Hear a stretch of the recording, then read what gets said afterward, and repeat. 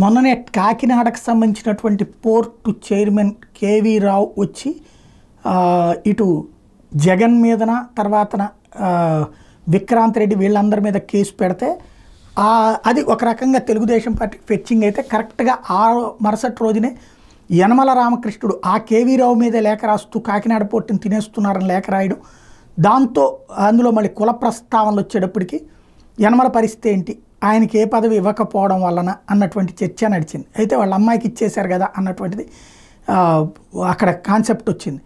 అయితే తాజాగా యనమల రామకృష్ణుడు చంద్రబాబు గారిని కలిశారు. ఆ విషయం మీద వివరణ ఇచ్చారా అంటే ఆయన ఆ తర్వాత చెప్పుకొచ్చింది అయితే బాబు గారికి కాకినాడ పోర్టుకు సంబంధించినటువంటి విషయాలు వివరించాను, డీప్ పోర్టుకు సంబంధించినటువంటి విషయాలు ఏంటి అన్నటువంటిది చెప్పుకొచ్చారు. ఫైనల్గా సమస్య వీళ్ళిద్దరి మధ్యన పరిష్కారం అయ్యిందా లేదా అంటే బయటికి చెప్పేవాళ్ళు ఎవరు లేరు.